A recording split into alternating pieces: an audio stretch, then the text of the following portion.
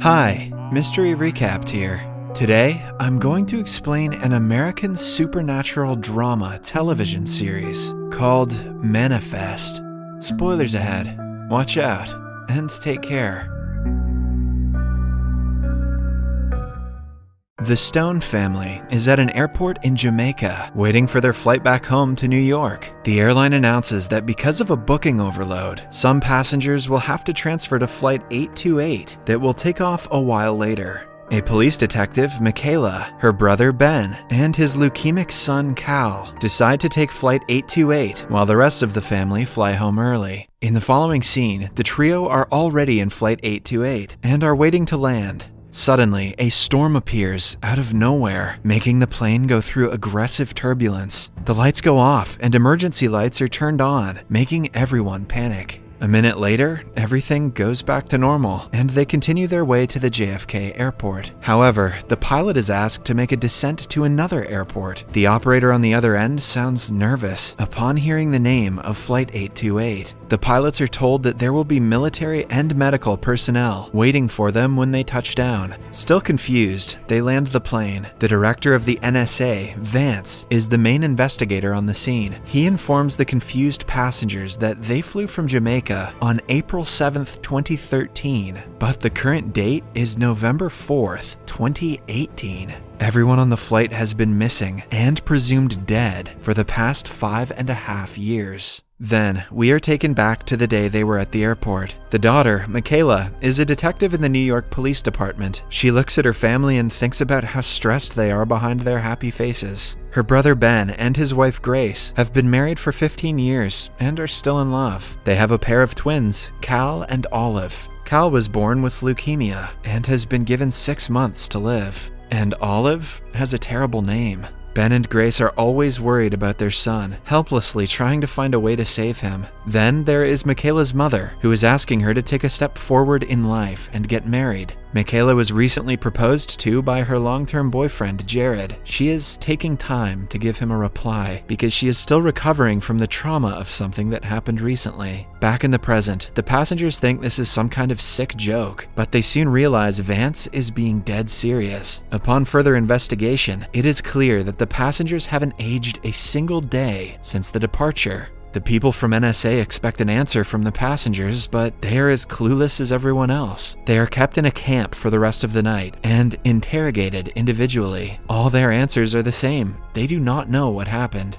36 hours later, the news makes it to the world and creates a sensation. The families of the passengers run to the airport to be reunited with their loved ones, who they thought died long ago. It is a crazy experience for both the passengers and their families. Ben reunites with his daughter, who is now a teenager. They grow up so fast. Cal is shocked to see that his twin is now double his height. Grace, on the other hand, could not be happier to have them back. However, Ben and Michaela find out that their mother passed away 2 years ago. They have a hard time processing the information, so they decide to go home and rest first. While the rest of the world loses their mind, the family settles into their changed home. Simultaneously, scientists start examining the airplane, but find nothing out of the ordinary. Michaela is worried because her fiancé Jared didn't come to meet her at the airport. She goes to her workplace to meet him and is greeted by a senior detective. He welcomes her back to the job, even though she has been MIA for 5 years. Other than the return of Flight 828, the news about 2 girls being abducted from their backyard has also made television. Jared is the lead detective on the case and is very busy. Upon meeting him, Michaela finds out that it is not the only reason he didn't come to meet her. It turns out he married her best friend, Lourdes, last year. Michaela is shocked because Lourdes is a terrible name, and because to her, it has only been 2 days since she and Jared were engaged. The first thing Ben does upon returning home is take Cal to the doctor. Over the years, researchers have found a way to treat his leukemia, which means he can live more than 6 months. The couple can almost not believe the news. Meanwhile, Michaela is returning home on a bus when she hears a voice asking the driver to slow down. The voice is so strong that she yells at the driver and saves a kid's life right before the bus is about to hit him. Then, we are introduced to a medical researcher named Savi. She was also on Flight 828 and is returning to her workplace after 5 years. The research she submitted right before her disappearance has been in practice for the past 2 years and has cured cancer. Her coworkers throw her a surprise party, welcoming her back. The next morning, Michaela goes on a run and comes across 2 dogs barking at her from inside a gate. She hears the calling in her head for the second time. This time, the voice asks her to let them free. She thinks about it for a second before continuing to jog. Hours pass and it gets dark, but the voice doesn't go away.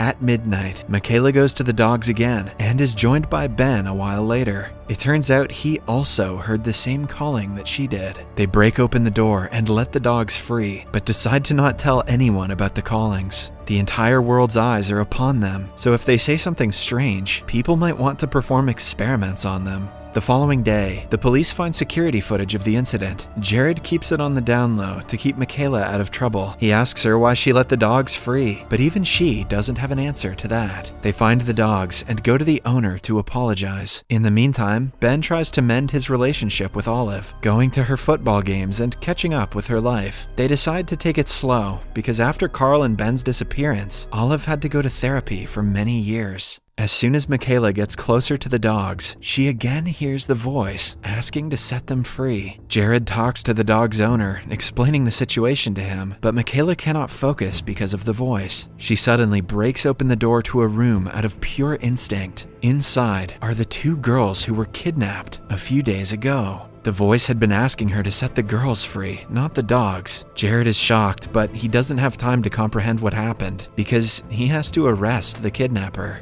The police force believes Michaela is ready to continue her job since she was able to solve the case right after returning. They allow her to come to work, but put her on desk duty for a few days. Somewhere else, Ben and the family are playing a board game together. Grace gets a text from her boyfriend saying that he misses her. She was in a relationship with a man before Ben's return, but doesn't have the guts to tell him yet. At the same time, some passengers on the flight get a slight headache, and something in their hearts tells them to go to the airport instantly. When they arrive, they are shocked to see each other, knowing that all of them had the same urge. Suddenly, the airplane explodes into pieces without anything triggering it. When the NSA finds out that 20 passengers were present at the scene, they are brought in for interrogation. All of them give the same answer, that they just felt like coming to the airport. This is how I feel whenever I wind up at McDonald's. They are let go after 10 hours of interrogation, but the officials keep a close eye on them to make sure they aren't hiding something. At breakfast the next morning, Jared hears a specific tune playing in his head. No one else hears it, which makes him question his sanity. Following the eventful morning, he and Grace bring Cal for chemo, where they meet Savi. Upon finding out she was also on 828, they are shocked because Cal is being treated using her discovery. Meanwhile, Michaela goes to work and finds Lourdes. They used to be best friends, but this time, Michaela cannot get herself to talk to her. Later, she is told that she will have to take a psych eval before she gets back to work. Ben is crossing a signal when he hears the same tune again and decides to follow it this time. He reaches a street singer, Rad, who is also in the flight with them.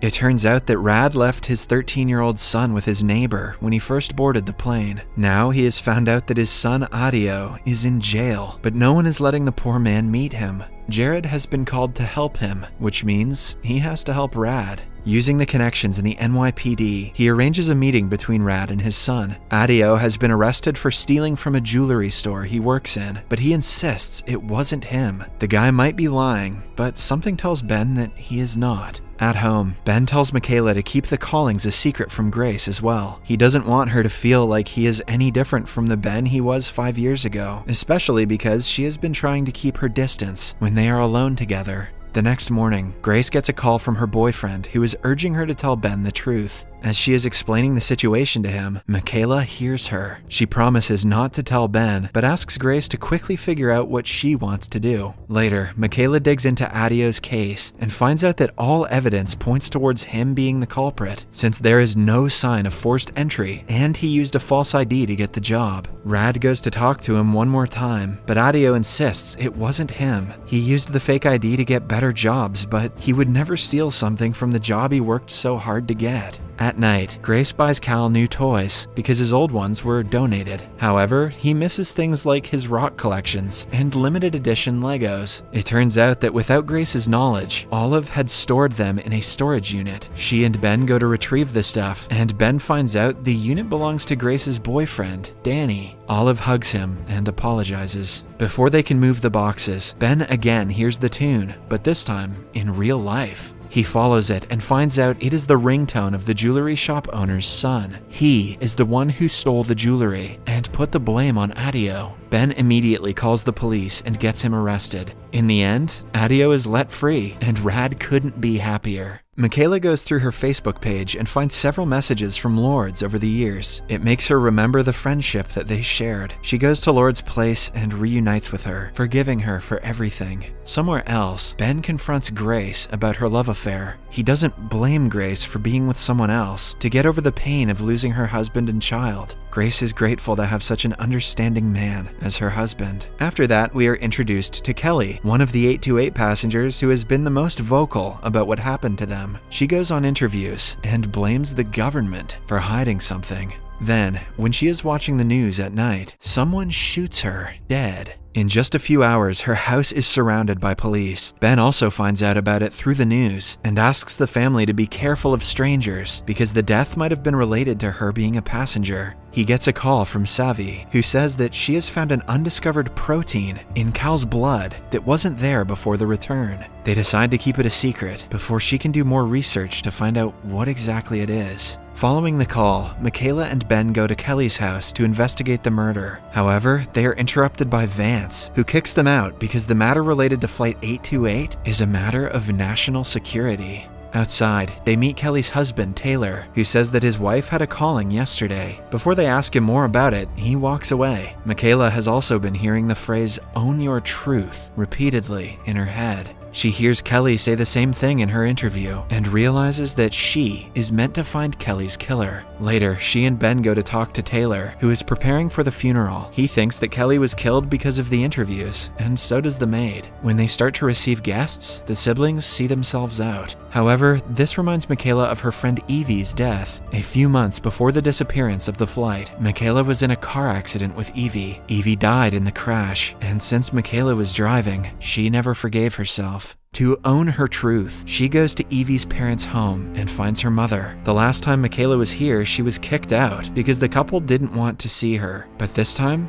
Beverly invites her in. Michaela soon finds out that she has dementia and still thinks her daughter is alive. Her husband, however, still blames Michaela for Evie's death. After the encounter, Michaela goes to work and meets Jared. He did some digging on Kelly and found out that she and her husband own a downtown mall. Michaela remembers that the maid mentioned a mall while talking about Kelly yesterday. That place might hold the answers that they are looking for.